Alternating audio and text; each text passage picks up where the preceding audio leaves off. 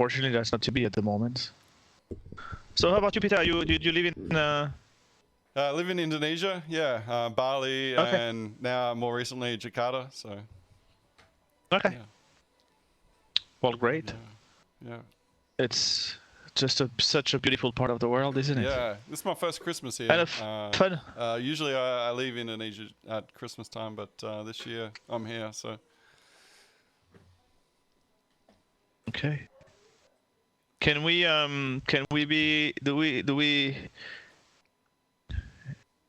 can I say anything I want, or? Well, just so you know, Julian, we are now live on Twitch. So okay, so I can't say anything I want. Be a little bit PC, but we're such a small channel, nobody's actually paying attention. So feel free to talk. Yeah, but Mom is. Hi, Mom. All right. So I mean, it's been a long time since we've actually had a podcast. So what's been happening with you, Julian? I mean, I know you've been jet setting the globe. I mean, you've been in France, you've been in Germany. You're back in Thailand now? Yeah, well, jet setting, yeah. I guess that is called jet setting the world under COVID, right? Asia and Europe. Oh, I'm going home to mom and dad. Oh, I'm jet setting. No, not really. But that's it. It's been good traveling. It's been good actually going back to Europe as well. I guess, when we live, yourself in Indonesia and myself in Thailand, it's good to get back to the real world sometimes, adjust the real back a world? bit. Is that what you call it? So yes. For reasons that I won't, go into too much. I think you need to go into them. Come on. I was gonna do a Formula One season wrap up, but I want to hear what is the real world.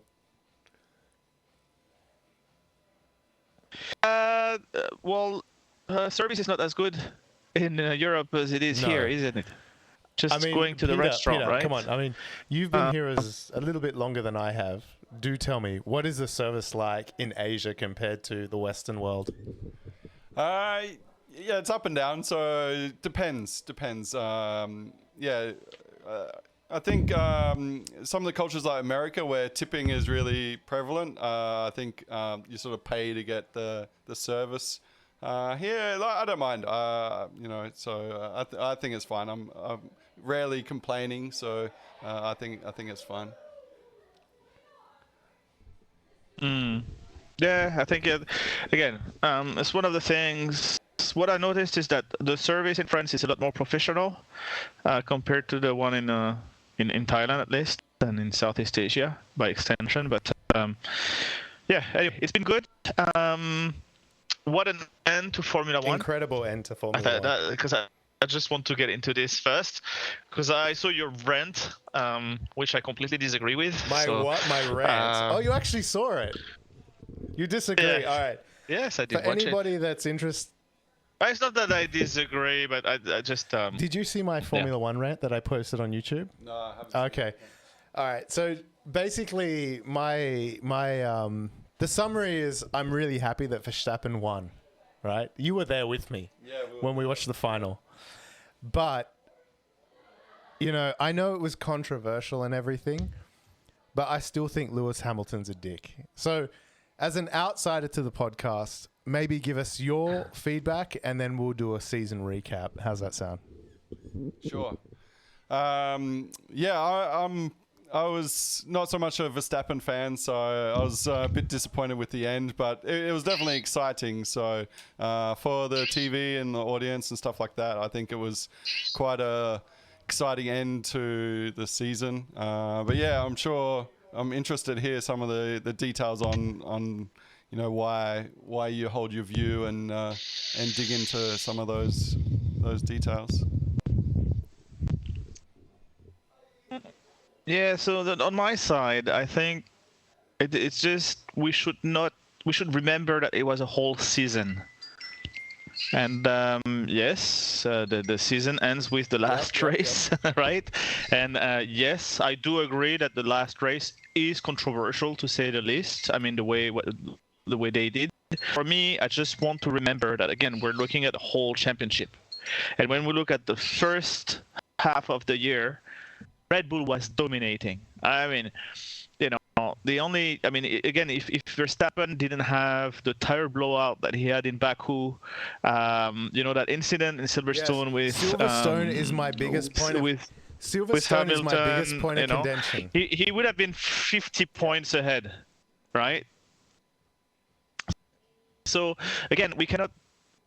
I think Red Bull, because they were just better the first half, and then the second half arrived, and because of those tire blowouts, Pirelli came up with those stiffer rear tires, right, to avoid this, and that actually favored Mercedes because it was really against the philosophy of Adrian Newey of the rigged car that needed to squat, at speed to then be faster in a straight line, right? So it was to the detriment of Red Bull at that time, and again, it's not played this intentionally. They wanted to do this anyway, reinforce the tires and everything. That's just the way it goes, right, in Formula One. And again, we can say anything we want about the last race, about the decisions that Massey took. He just summed it up the best way possible to Toto Wolff when he say it's called racing. Absolutely. I mean, and it's car racing, and it's summed it up for the whole season, not just for that race. So please, let's not. I think Hamilton is a fantastic driver. He's the greatest of all time by title, by numbers, by everything you want. He's just, he went through it, and again, don't downplay also the fact that he's a black man, right? That must have been also even tougher for him to get to where he is, right? So all respect to him. Yes, he can be annoying sometimes, but I love the guy. It's just a fantastic driver. And Verstappen, he's also a lot of fun to watch because he's more into the show, right? It's such an aggressive driver going into it. So for me,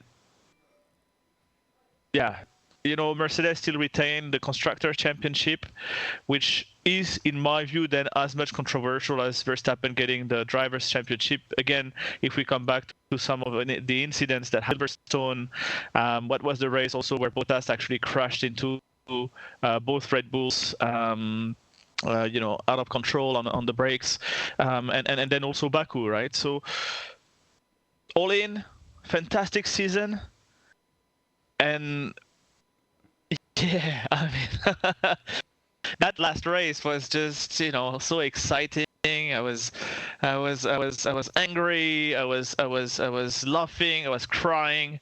It's just like all the emotions of a perfect American movie, isn't it? Like, Peter, I mean, you were with us. We actually went to a bar. You know EP in Kemang. There's a lot of Dutch people in Indonesia. Right, so it was definitely very favored in the Verstappen crowd, But I don't know, I know you were hoping that Verstappen came second. Yeah, that's right. So maybe you give us your feedback on the race, because I know you have very strong views on the type of racing that Verstappen does versus what we saw. So maybe you can give us a bit of info with that. Yeah, I think. To sum up my views on racing, I think, I like good, clean racing, wheel to wheel. I love it. Some of the defense from Perez, that was, I felt he didn't, at times I looked on TV, he didn't really step over the line as far as wheel to wheel, in reflection, I looked back at some of the stuff Perez did and it seemed like he slowed, Hamilton down like a huge amount, which I'm not sure I agree with that part, but the wheel-to-wheel stuff when they're side to side, I love that, and I wish we could see more of that between Verstappen and Hamilton. I sort of see that, from the type of racing that I like, it sort of steps over the edge a bit as far as pushing each other off the track and stuff like that. I think it sort of detracts from the racing a little bit. Where other people love the really hard racing and, the dive bombing and stuff like that. So I think, I love the wheel to wheel, but, I think there should be limits. And it's always a grey area, and it's hard to sort of write rules to sort of say, okay, this type of racing is okay and this isn't. But yeah, I think, you know, it's a bit unclear on what's allowed. You know, can you run people off the track? And when you do that, what's the recourse? So I think, you know, each race, it seems different interpretations and stuff like that. So the race itself, the final race, yeah, I think, you know, Hamilton dominated. You know, he had the best car and drove the best. So definitely unlucky. I think as far as the race itself, I think, yeah, just disappointed with the marshals' decisions in the end. You know, Massey, yeah, I think, you know, my thoughts are it shouldn't be a surprise. Whatever outcome comes out of the, you know, steward's room shouldn't be a surprise. It should be, you know, as per the rules, whether we like it or not. Whether it, you know, it would have been disappointed to finish on a yellow. So I think, you know, they had the option not to let any of the cars through. But I think it surprised everyone that, you know, every team that, you know, half the cars were allowed through and they didn't do the extra lap that, you know, as per the rules. So seemed like, you know, a surprise. And, you know, it was definitely, it seemed to be sort of engineered for TV. It was a great, you know, the bar went crazy. You know, when they went green flag again, the last lap, you know, everyone's screaming. So it was definitely, you know, a great finish, you know, in many respects. But yeah, I think, you know, the marshalling is one area we can tidy up. And sort of a bit disappointing for Verstappen that his first world title, you know, is sort of, you know, under a little bit of a shadow. And he's definitely a deserving winner. You know, he's a great driver. So, and the rest of the season, like you were saying before, it's not just about one race; it's the whole season. So it's not like Verstappen, you know, just fluked it or anything like that. He, you know, I think he deserved to win. You know, if he was the best driver on the day, you know, so disappointing the steward's decisions sort of had such an impact. Yeah, great comment, Peter. You know, coming back just to your first point, because I think you nailed it here. What makes, for me, Verstappen a better driver on today's grid in the aggressiveness that he has. I'm not looking at the past or anything that he's actually playing the rules to the max. And no pun intended there.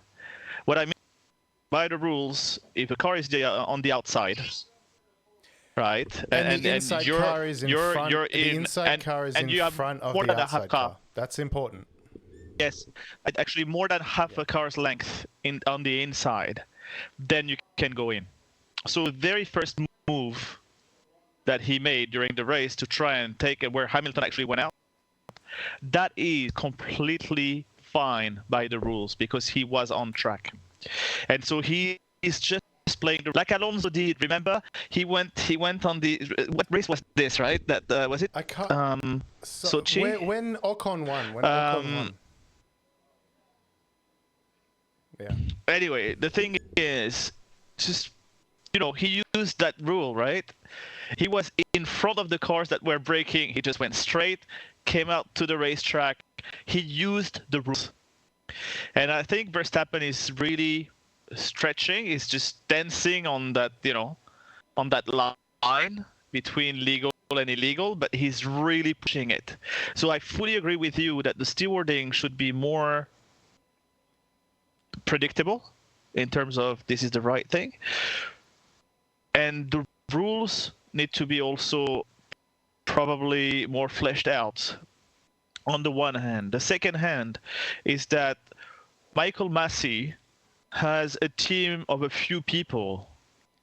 When at him come the team principles, the whole legal aspect, you know, that I think it was Red Bull that actually even brought their lawyers to that race just in case anything was, you know, and Mercedes did as well, probably. But anyway, what I'm saying is that the guy is, you know, a few stewards sent him, you know, making the decision. That team needs to really be grown, I think, because it's just too difficult to make decisions.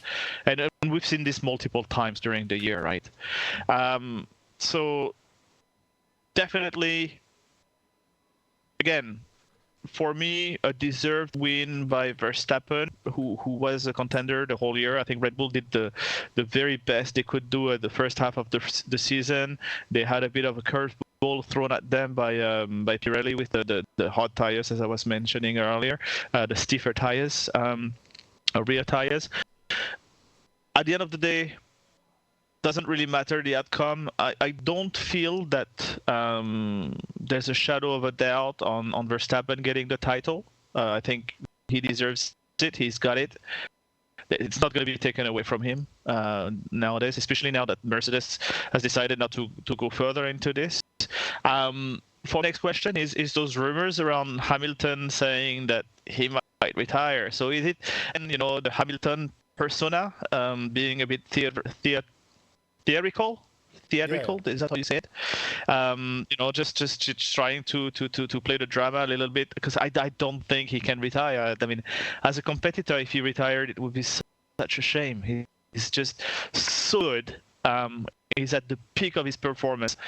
Next year, he's going to be lined up against the newcomers, the new exciting talent with George Russell. It's going to be so good to have this. So I really hope that rumors are just because, they're just... And there's no truth to it. That's my point of view. I don't think they're true. I think they're just, again, putting a bit of drama and just emphasizing on the fact that they're really not happy about what happened on the last race. Fine. But what's your take on it? Before I give it back to Peter, I mean, one of the interest, there's been a lot of takes, and we're going to get through. I think one of the things we need to do is go through the constructors' standings with the drivers in there, and we might do a bit of a review there. But I think if we look at, I mean, everyone's talking about the last race. The last race is what everyone's talking about. And, one of the big things that have come out of it is maybe we should look at soccer, football. On what we should do, because in football they have a fourth official, the sideline official, and the sideline official is always getting yelled at by the managers and the coaches, right? And they listen to what the managers and coaches says, but they do not have access to the referee, and they do not have access to the steward's box, whatever the football equivalent is. That goes to show how much I don't know about soccer. But so maybe there's an opportunity to add a fourth official, which is just to listen to the team radio. And even Toto Wolff and what's the Red Bull guy? I'm kind of drunk. Christian Horner, that's it. I'm sorry. It's Christmas, so I'm kind of drunk. Yeah, Horny Horner, which is dating Ginger Spice. Well, he's married to her now. He's married exactly. to her. He's married to her. With that, they said, even both of them said, through this season, we crossed the line. Christian Horner saying, you can't do this. You can't put a safety car out. And Horner doing similar things in other races.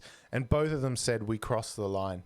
Like, we shouldn't have this kind of communication and access. So maybe that means they need a fourth official to listen to team principals or teams, Well, they're even saying that actually those calls should not be broadcasted anymore. It is true. That's the big question now. It shouldn't be broadcast, but it doesn't stop it from happening. It does happen.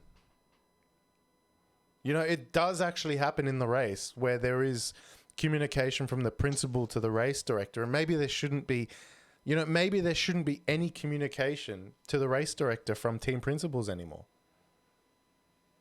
Because the thing. Yeah, but it's the same. If you put somebody else in charge in the team anyway, they're going to be, talking. Of course, but that's why that's what I mean. That's why so it's the not going to idea change of a anything. force official is not. But too bad. I thought that there is one thing, and you're very right. I mean, in that sense that when Toto Wolff said please no Michael, it's not his call. And it's not really something that should be actually broadcast. I think it's not the right thing. Also, again, but there may have been some mistakes. That's the outcome of one race over a whole season, 22 races. We were so lucky. There's 22 races this season, given the challenges at hand. But at the end of the day, just love the racing, and I think we just witnessed probably one of the most exciting seasons of Formula One ever. I mean, I'm no F1 historian or anything like this, but even the Villeneuve Schumacher, the Prost and Senna, that were really exciting racing, but this was just at another level. Agree. I mean, every single race, apart from the US races, where I remember for Austin, I actually fell asleep. I watched the intro and I fell asleep before the race. It sucked. But, Peter and I have had quite heated discussions. So, wait. So go on. The race sucked because you fell asleep just watching the intro, because you were completely drunk. But the race sucked. So actually, it was a good thing. Just, I mean, come on. How can you judge? It sucked. But, truth be it didn't suck, actually. I must say, Kota. Yeah, but I mean, I like that circuit. I really like that.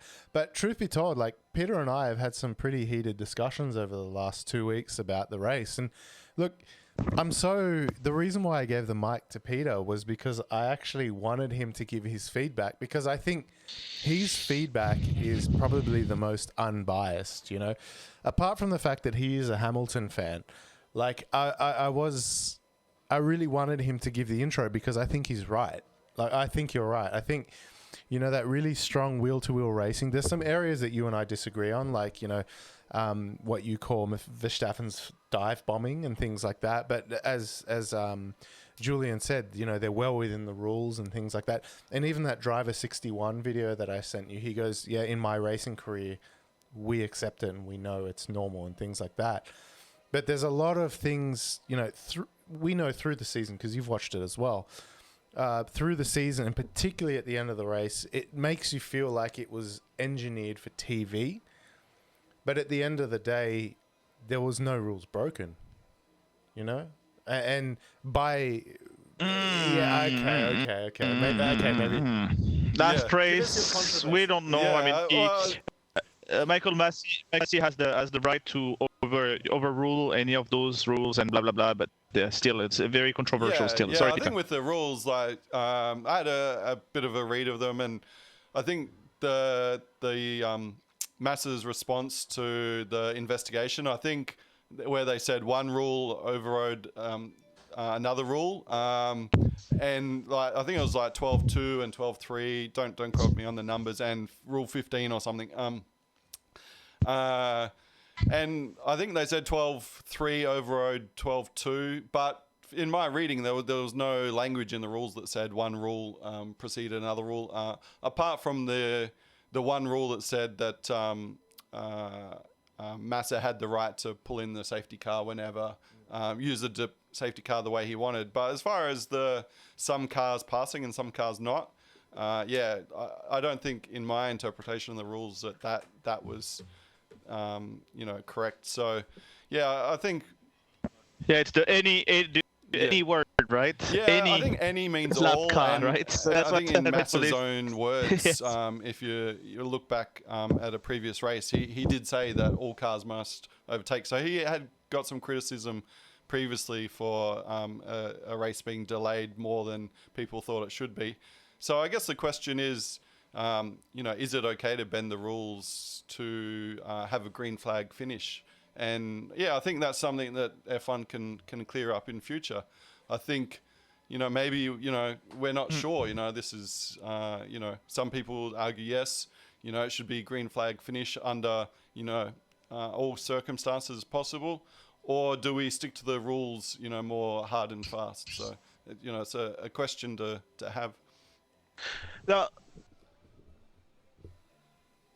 I think these are great points, and I think definitely we need to continue to have discussions around this and brainstorming to try and improve things. I would like to come back to two things, though. Number one, Red Bull nailed it in terms of strategy. Yes, yes, they did. On the hard tires, Verstappen had during the race he had 3 3 pit stops. He went from the soft to the hard, and then another set of hard, and then a set of soft. And obviously, Hamilton was stuck completely at the last with the safety car because he had no choice. He had to stay out with his old tires. He had missed the opportunity to change the hard tires when Verstappen did from hard to hard. So Verstappen's tires were 3 laps younger than Hamilton's. But what's really interesting is that because of the safety car, if Verstappen had not pitted, if Hamilton had pitted, Verstappen would have stayed out and probably actually could have lost the race if Mercedes had decided, and I'm not sure whether they had, but if they had like some soft tires left, which I'm not sure they had. But the thing is, the calls that Red Bull made were really on point because they were going extremely aggressive. The second point, and I'd really like to get into that one, is Checo. Yeah.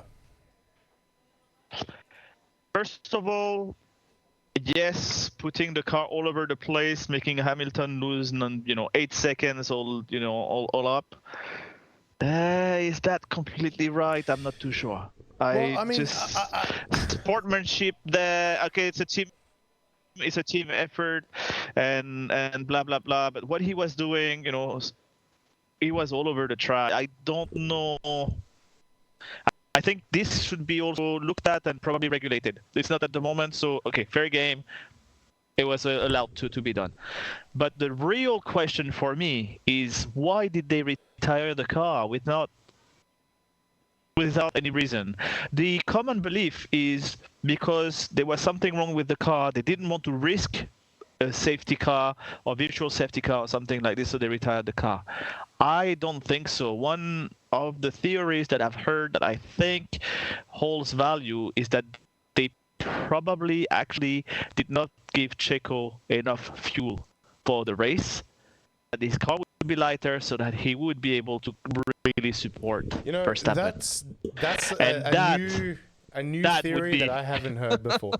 But let's touch on a few points. And I think, one of the things we have to mention is during the race, there was a radio call that was broadcast to Hamilton that said, if we have safety car, do you want hards or mediums?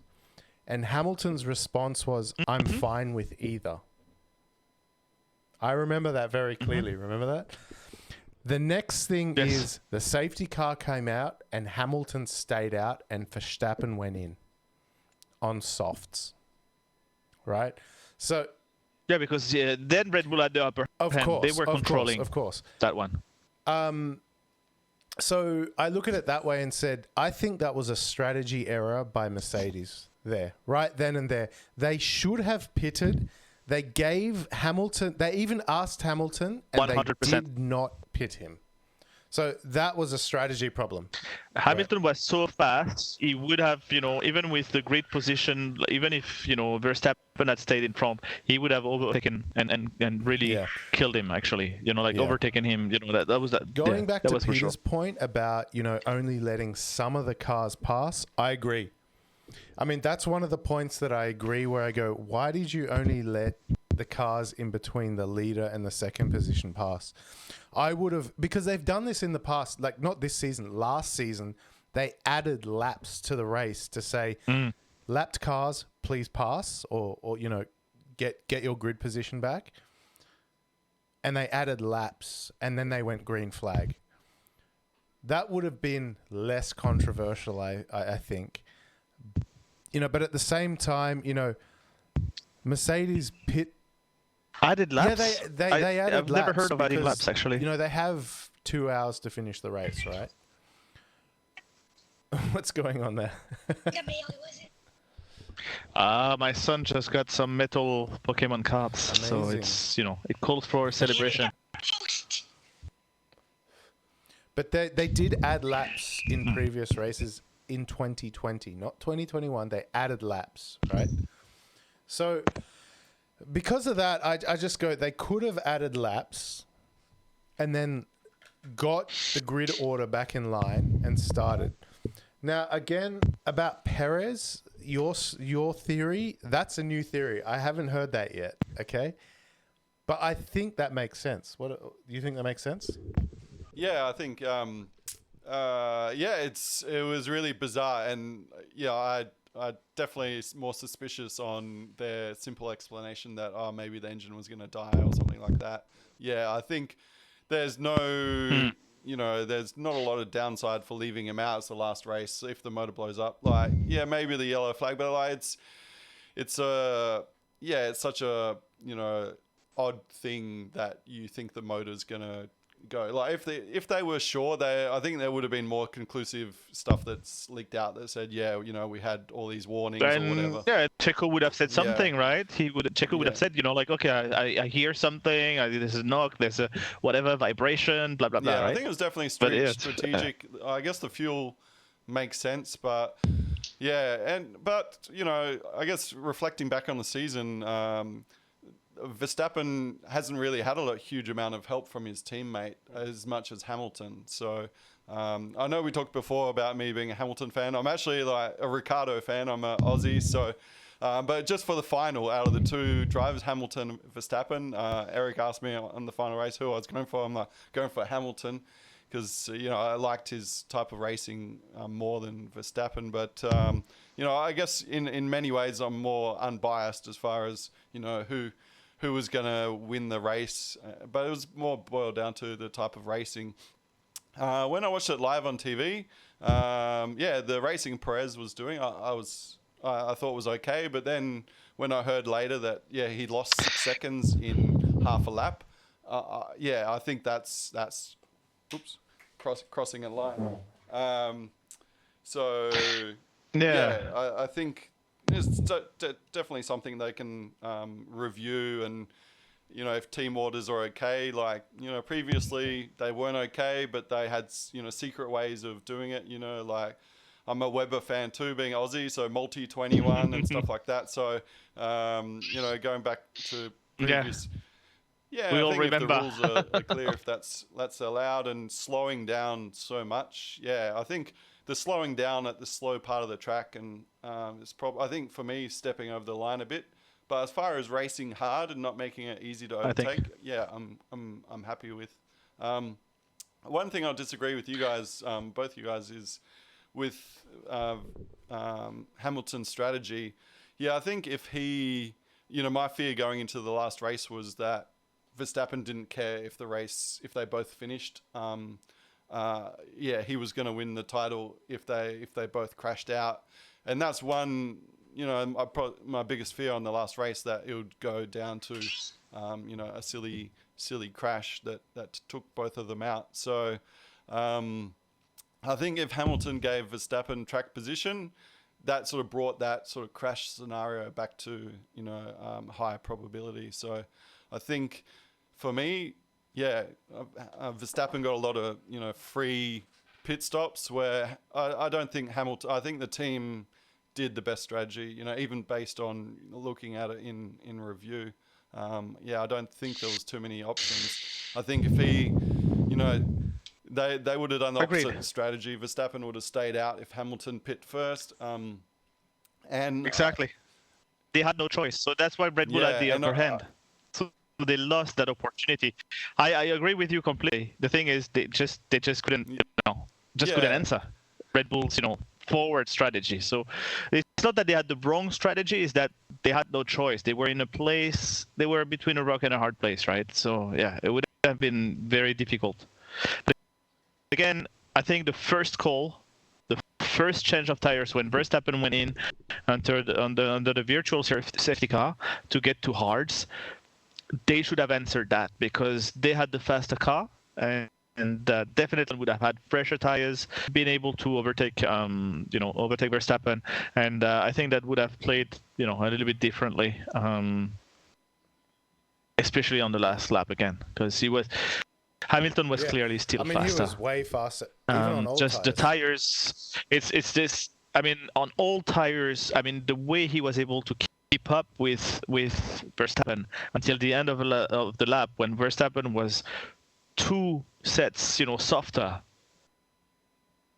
Yeah, I think even with mediums that were probably 20 laps or something like this, that would have probably been a bit of a different story, I think.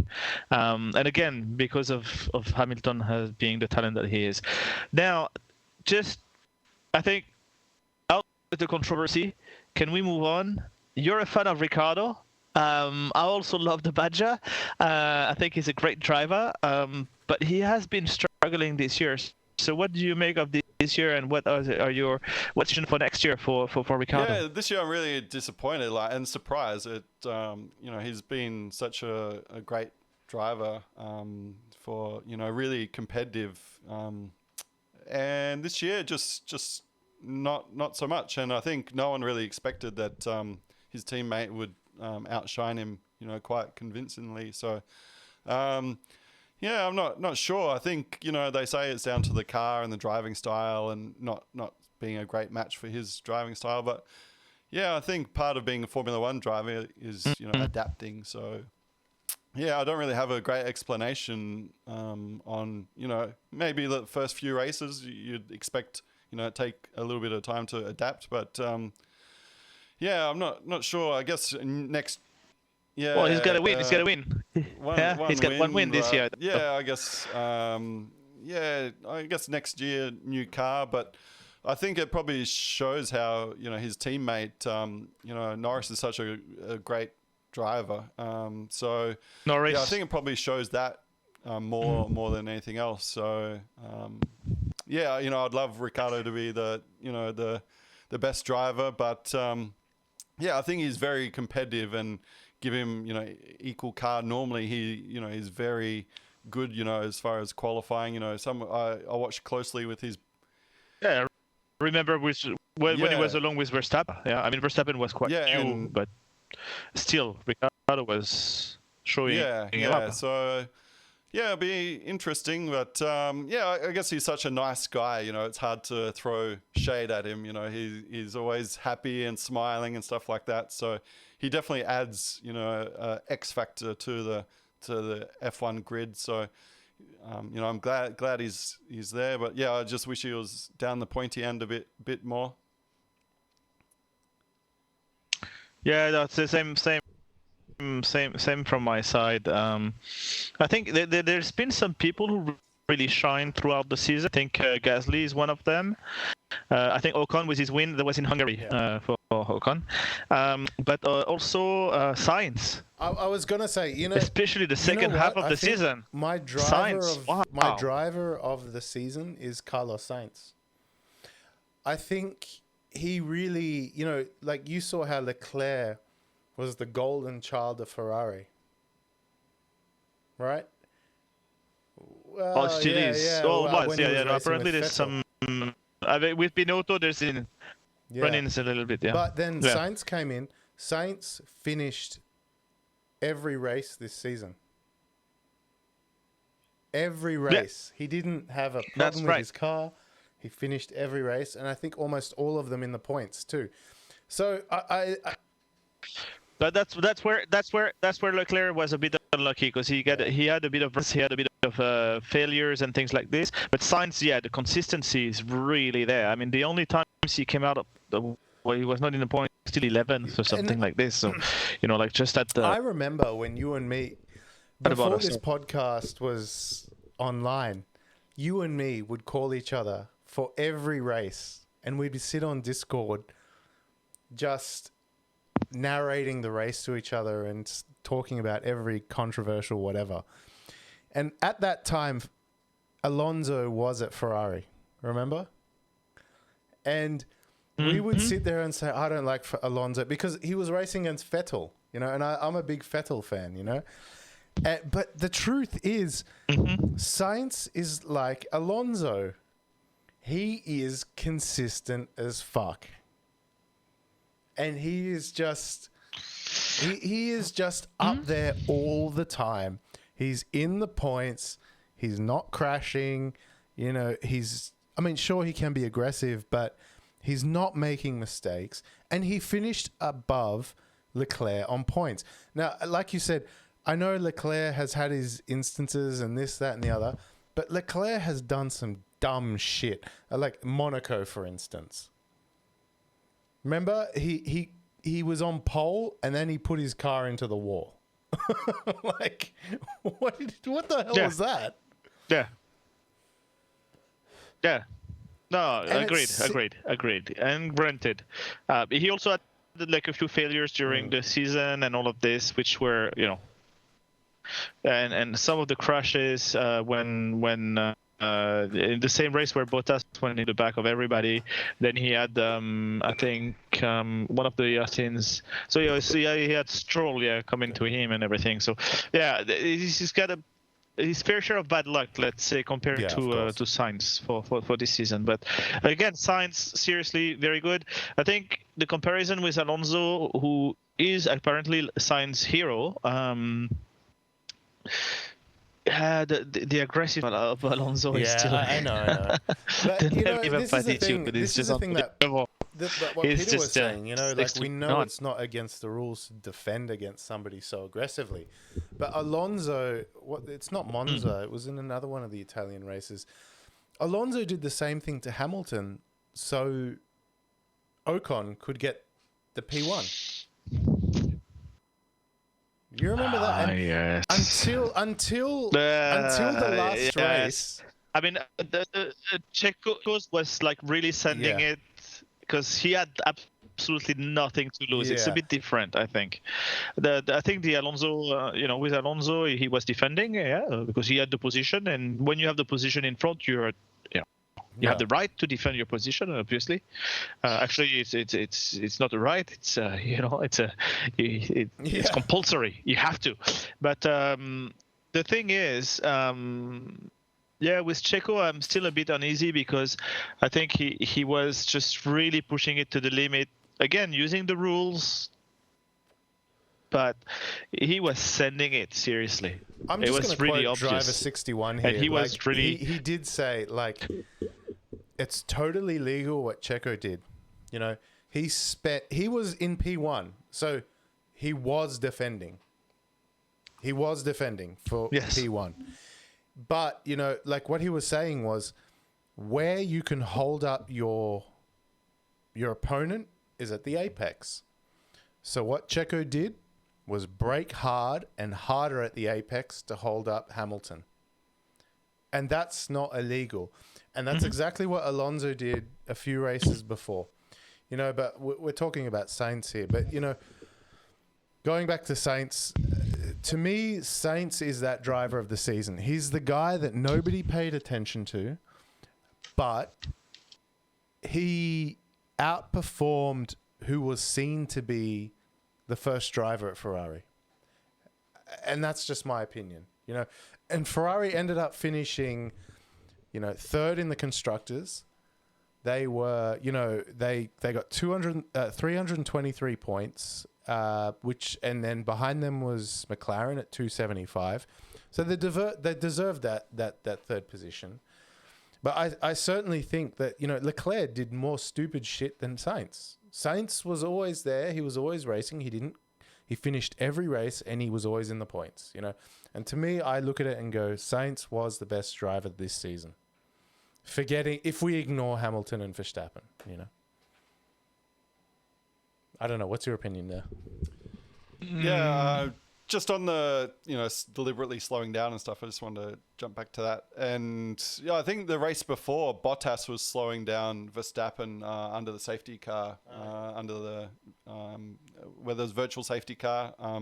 And if I may, Peter, remember also Hamilton doing this to in 2016 to what's his name, the world champion of that time. Nico Rosberg. I'm not a big fan of Nico Rosberg, so that's why. But Hamilton actually deliberately also slowed him down so that he would get into trouble, so that he would get a chance to actually get the title. I think it's definitely an area we can discuss more. I think it definitely should be more clear going into next season on what's allowed, what's in the spirit of racing. It works both ways. Like, the week before it helped Hamilton, is slowing down for to help yourself for double stacking okay? Is it okay if it just helps your teammate? Is it in the spirit of racing? So I think definitely areas that can be cleared up. And I think if everyone knows the rules going in and what the limit is, where that clearing up the grey areas, I think then I think it's fair game. So if everyone's like, yeah, it's okay, team orders, you can deliberately help your teammate and stuff like that, as long as it's not dangerous, like, fair game. But I think to me it's unclear. So I think it definitely needs some clarification. Yeah, I mean, the one thing that Eric did, underline is really important to know. Also, he was defending. Okay, between us, right? Obviously, he was helping his teammate, but he was still defending his position, right? So that's the main thing. And again, somebody who overtakes on the outside takes the risk. If you take the outside, you take the risk. You take the risk that you can be out of runway there. Yeah. So it's I mean, that's the current regulation, right? That we see right now. So yeah, you can be run out of the road. In my view, if we look at the last race, if we look at Verstappen sending it, for me, yeah, he's coming from far, but he's got, the red tires, the soft tires, and he actually kept the car on the track. He was ahead before the apex on the braking. Hamilton made the decision to go outside, and in my view, even though he said that he gave the advantage back, he did not really. So if we're looking at everything, every single detail like this, I think this was a call that was a little bit. He should have lost a bit of time, just really, because he was in the DRS zone, and by the time all was said and done, he was still 1.6 or 1.8 second ahead. At the start finish line on the following lap. So that the move that Verstappen made is completely legal. As far legal. as the precedent for cars going off the track on turn one at the start of a race, I think there's a lot of precedents there that what Hamilton did going off, if you get pushed off, I think what he did is based on it's happened so many times in the past. Like it happens at half the races that there's a turn one incident, cars get squeezed, they run out of room, and some cars go off the track. So, I think if they're forced off, I think Hamilton, I think no penalty for Hamilton or not having to redress too much. I'm okay with that based on that happens, a lot. And, it's not often cars are told give back a position after turn one. So, I guess, my view is I'd love Verstappen to give a little bit more room on the outside. But if the rules are clear that you don't have to, I think Hamilton doing what he did, I think, obviously he'd planned that before the race, that if I get squeezed super hard, I'm not going to have a crash. I'm going to take the quick escape and cut the corner. So, I think it was, smart by Hamilton, and, not unexpected that there was no penalty based on, seasons and seasons of turn one incidents on the start of the race. One thing that I'll give Verstappen credit for on the last lap was his defending on the inside. And I think he gave for Hamilton to re-overtake. I think the only option is to overtake on the inside. I think that's Verstappen's going to run you out of room if you go the outside. So the only way Hamilton had a chance, even if that on the same tyres, to get back past Verstappen was on the inside, and Verstappen just gave no room at all. And I think that was a little bit of a mistake by Hamilton on leaving room on the inside when he got overtaken. So, I think Verstappen... True, but Verstappen had so much more tyre also, right? Obviously. But even without the tyre, like if Verstappen if Hamilton was behind, it was such a great move by Verstappen that just he knew that if I stick to the inside, no matter what, no one's going to overtake me, and even if they're on the outside, you can push them wide. So, I think Verstappen did that better than any of the other drivers. So yeah, I think it was really, he should be commended. And yeah, he's such a good driver. I'd like to see him win. Where there's less controversy, where we're not talking about it, people aren't talking about it afterwards, and they're just talking about how great Verstappen is. Yeah. I think that's one thing that we can all agree on is, regardless of the stewards' decisions on what happened, the racecraft from everyone was quite good. Nobody. Unbelievable. Unbelievable. Defending, Unbelievable. overtaking, blah blah blah, whatever. In that sense, the racecraft was pretty clean, and that's particularly on a title decider, to come down to the last lap, regardless, the racecraft was pretty clean. So. Oh my God! I woke my wife up and my son, and I woke them up. I was again, it's just like so much drama. I was laughing, I was shouting, I was crying, I was hyped the whole. I slept 3 hours, I think, because I had to get to work the next day, right? I just couldn't get to bed after something like this, right? We had a big oh, night that as was well. ridiculous. We actually kicked on afterwards. It was such an entertaining race. Say what you want, the race was entertaining.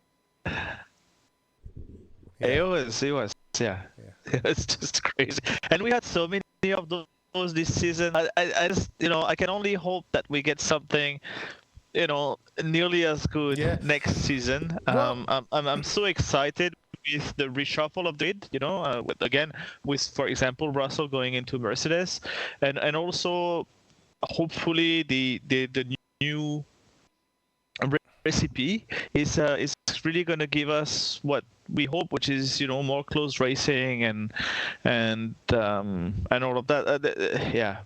Which is I just want to make one mention there that I don't like the DRS. I think DRS should be eliminated from F1, especially if now the downforce coming from the underbody of the car it really works. Then that's what should happen. We should eliminate the DRS. Was really it was a solution to a problem, and the problem was cars can't follow each other. Yeah, but it was a question, and the answer is no. So, this is the thing that I look forward to next year is you don't know. It's not an evolution of the same car. It's a totally different car. So we don't know. Haas might be the best car next year. It's like...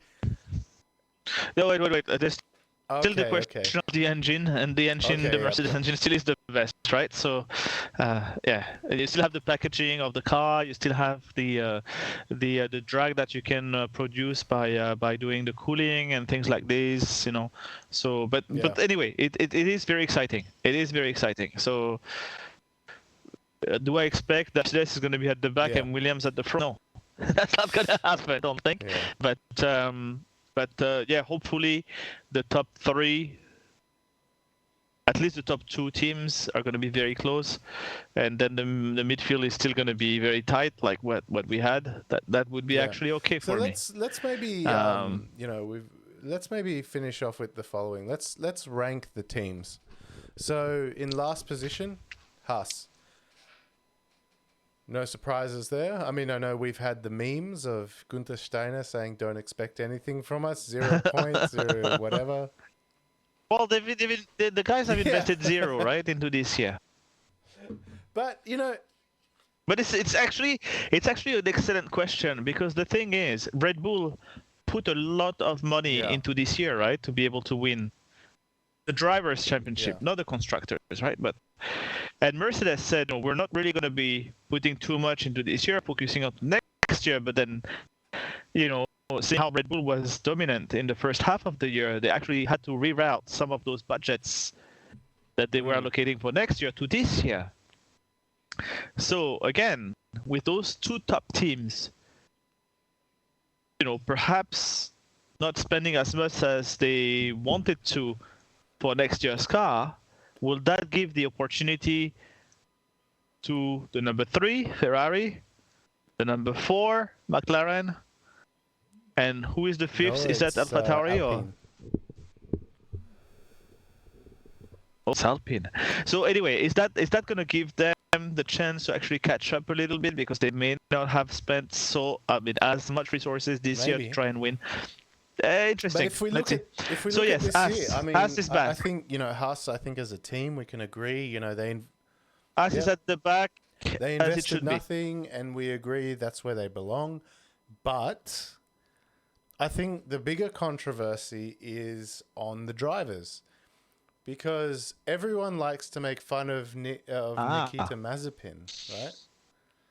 But the reality is Mick Schumacher, on statistically and on crashes, fucked up more than Mazepin this season. He cost more, He fucked up. but he was consistently faster. Yes, but he fucked up more than Nikita. That everyone calls him Mazepin, but Schumacher, when you look at the end of the season, made more mistakes than Mazepin. He's developed the talent for it, so he's developed the fact that he can spin and not get the car into the wall. Yeah, but He's too slow anyway to really break the car. but it's true. And this is the thing. Like, I look at it and go, if you want to True, talk yeah, okay. about Right. Mazepin and Schumacher's pace, you have no idea. I can look at it and say Schumacher's pace is faster than Mazepin for sure, but they are in the most rubbish car on the field. And on racecraft, Schumacher fucked up more. So Okay, but actually, for me, I would not put Haas at the very back of the pack. I would put actually Alfa I would agree with that. Romeo What about you? What do at you the think? very back of the pack. To be honest, I don't really follow the back markers that much. So I watch the leaders and watch McLaren. But what happens at the back? Yeah, I don't really pay too much attention. So I guess I'm probably the last person to be able to comment on those guys. Peter, the only reason why I say this is that because, yes, Haas did openly say we're not going to do shit this year because we're not going to develop the car. We're just focusing on next year. We put all resources there. So we're just basically there for, for the kicks, right? Just for fun. And they did this and they did their year and they had some good finishes. I think, was it Schumacher who finished 12th? Once or twice during the season. Obviously, it is race, the odd race happening, and with a lot of events, during that race. But for me, Alfa Romeo has actually, kind of they want to get somewhere, and they got nowhere this year. So for me, Alfa Romeo has then Williams in the back. I agree with you. I think back Haas was three. very open about their intentions for this year. They're like, don't expect anything. I think that was fair. And they were right. That's the thing. If you look on statistics, it was Mazepin that was outperformed Schumacher this year, even though Schumacher got higher finishes. Next year we don't know. We have no idea, but we can safely assume things like Red Bull and Mercedes are going to be on top, because we got to remember that the rules. Are they though? Again, with the resources they diverted, from last year's focus, from next year focus, sorry, to this year, to be able to really fast But the the thing year. we Will forget. they, though? The thing we forget is the rules for next year were actually supposed to be introduced this year. Yeah, So, but COVID you happened. can Yeah, say so what yes. you want, but they were ready for 2022 regulations this year. And what's not to say that they spent the first half of the season testing components for parts for next year, this year? You know what I mean? So we don't know. I mean, it's hard to say. But I think, next year, certainly we're going to see the top teams up front. But I think, going back to the back markers, I totally agree with you. I think it's Alfa Romeo, which had the shittier season. Yeah. Disappointing. And, I was listening to Radio Le Mans, and I think it's Nick Damon is the guy that does the F1 correspondence. He was actually saying that he doesn't understand the cult of Raikkonen. right? Yeah, which The is cult. everyone loves him, blah, blah, blah, this, that, and the other. And it's just like, I get what you're saying. I'm a Raikkonen fan, okay? But at the same time, I understand what he's saying. It's like, why is he still in F1? You know? Why is he still in F1? Because he Yeah, can well, develop I mean, a that's car. true. And He's a world champion. that's why Vettel is still in a car, you know? But I think you're right. Alfa Romeo had the worst season than Haas, and then Williams. Yeah, because at least us is was predicted. You know, like they said, we're not gonna do shit here. End of the year, they didn't do shit. So, you know, hey, so yeah, that would be my, you know, in the at the really back of the grid. That's what I would put, and then even though we've seen some flashes of you know, good great speed and semi consistency, Tsunoda has nothing to do on the grid next year in my view, because he really did not help the team. I don't know. You know, with Tsunoda, I mean, AlphaTauri finished 6th in the constructors. Yeah, but it could have been higher than you know this if Tsunoda had been a bit, you know, like just doing his job a little bit. You know, Tsunoda, I think, didn't do too bad.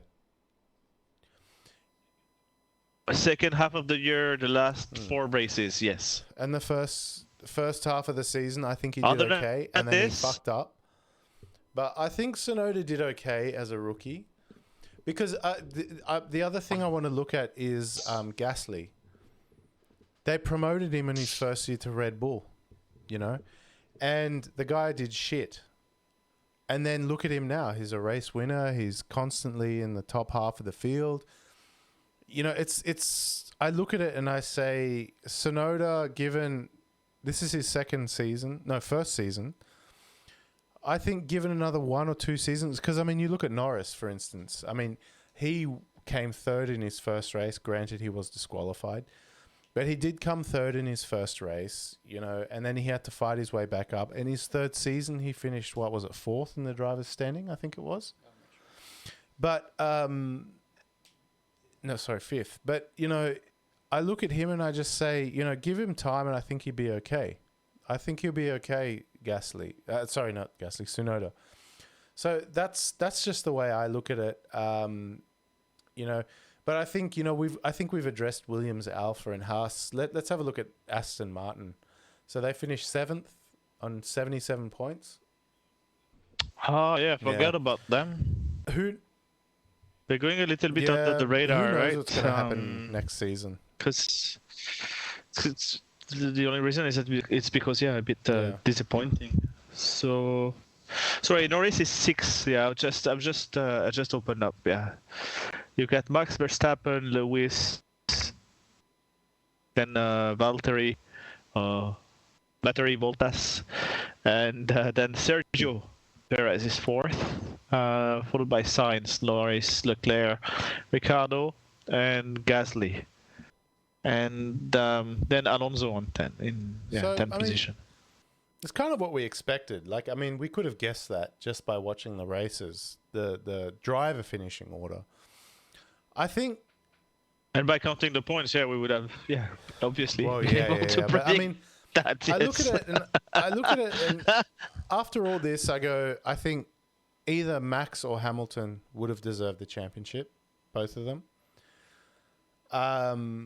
Both drivers fucked up massively. So Hamilton massively fucked up in Silverstone, and was it in Baku also? Where he also the brake issue? Was it in Baku? I more mean fucked up in the sense that they took each other out. So Hamilton fucked up in Silverstone. Okay, yeah, but Hamilton really in Baku also with the brake, you know, the wrong program on the brake. Full rear lock. It's a big. And then there's also what was the other one? Monza, where Verstappen went for a gap that wasn't there, and he mounted Hamilton's car. Yeah. Potato. That one is a bit more undecided for me personally. But, you know, if I look at the driver of the season, ignoring those two, I still say Saints. I don't know. Like, what do you think? Who's your driver of the season? Yeah, tough one. Well, I think Verstappen deserved to win, so that's one thing I don't want to take away. Even though the last race was, you know, it is what it is. Yeah, I think he drove the way he wanted to the whole season. So I think, yeah, I'd probably, you know, being the champion, I'd probably credit it to Verstappen as far as, you know, deserving to win the championship. Yeah, I don't know. I guess I haven't really looked at. I didn't watch every race, so it's hard for me to give my pick on who I think the driver of the year was.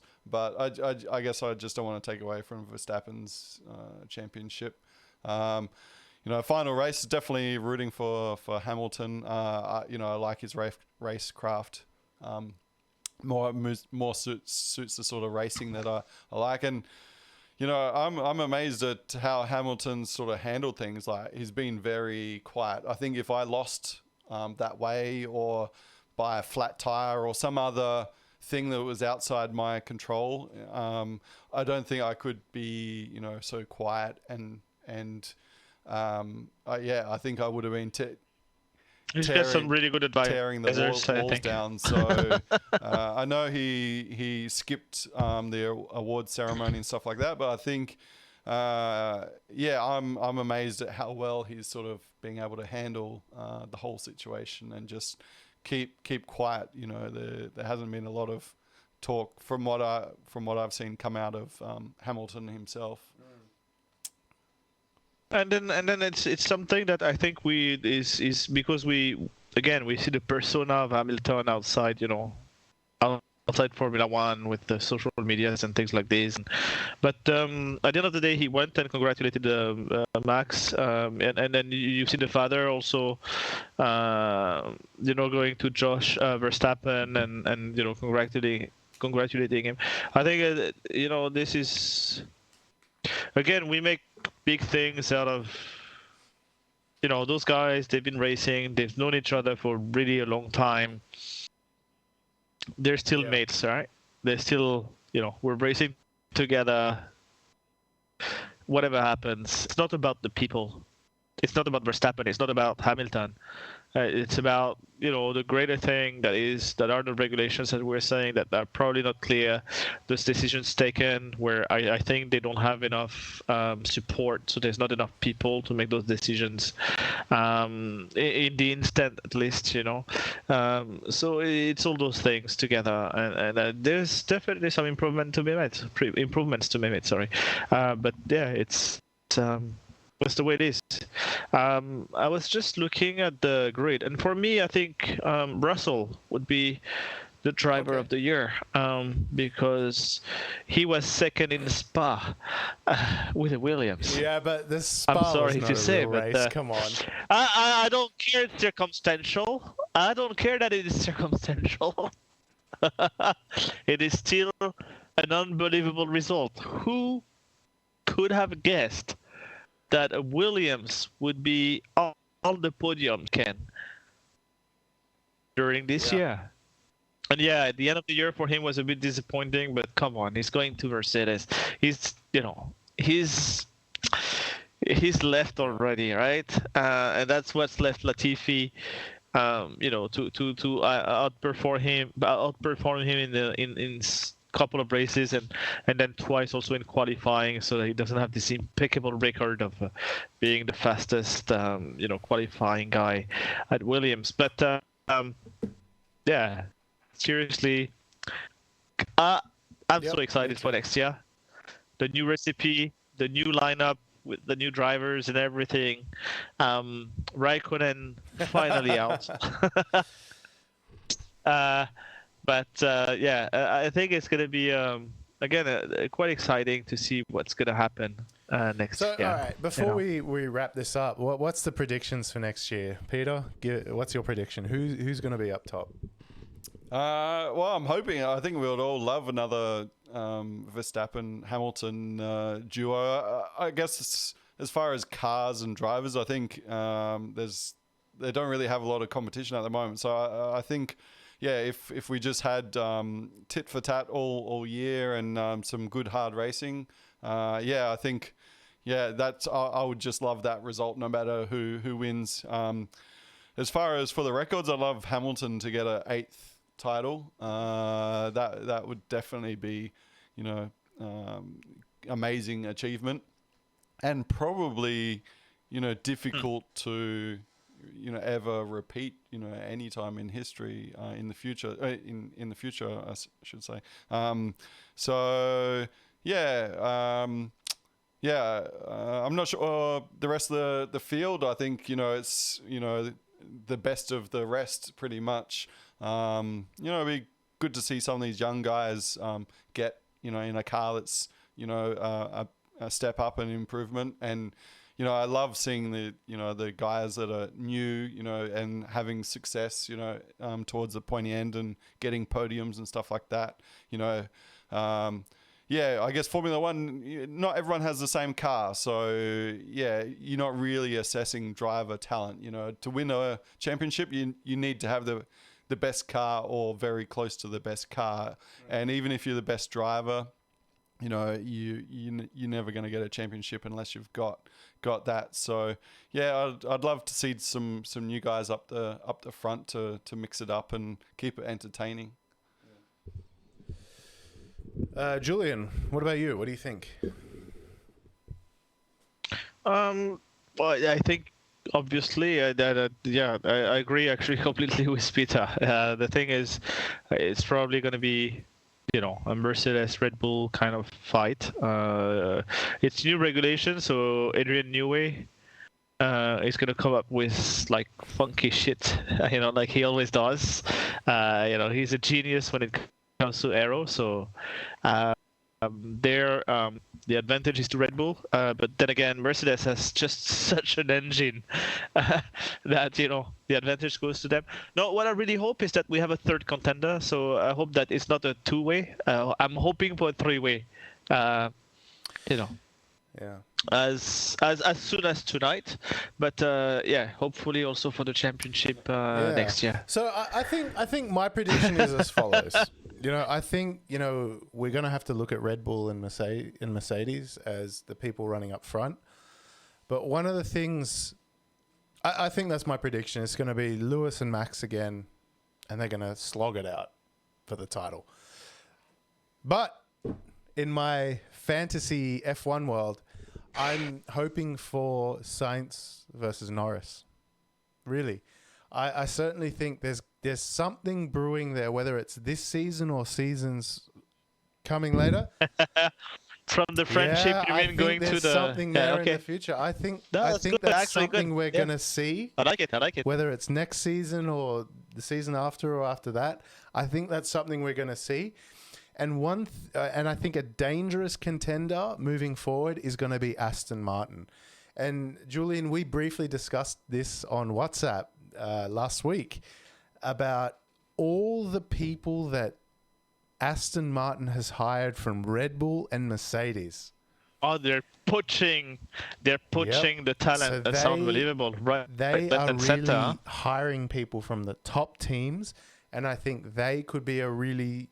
I'm not going to say they're going to be a contender next year because it's a totally different concept of car, but I think we're going to see them really rise up with the talent they have in their stable. So that's my predictions. Again, to reiterate, Mercedes, Red Bull, I think that's where the championship's going to be fought.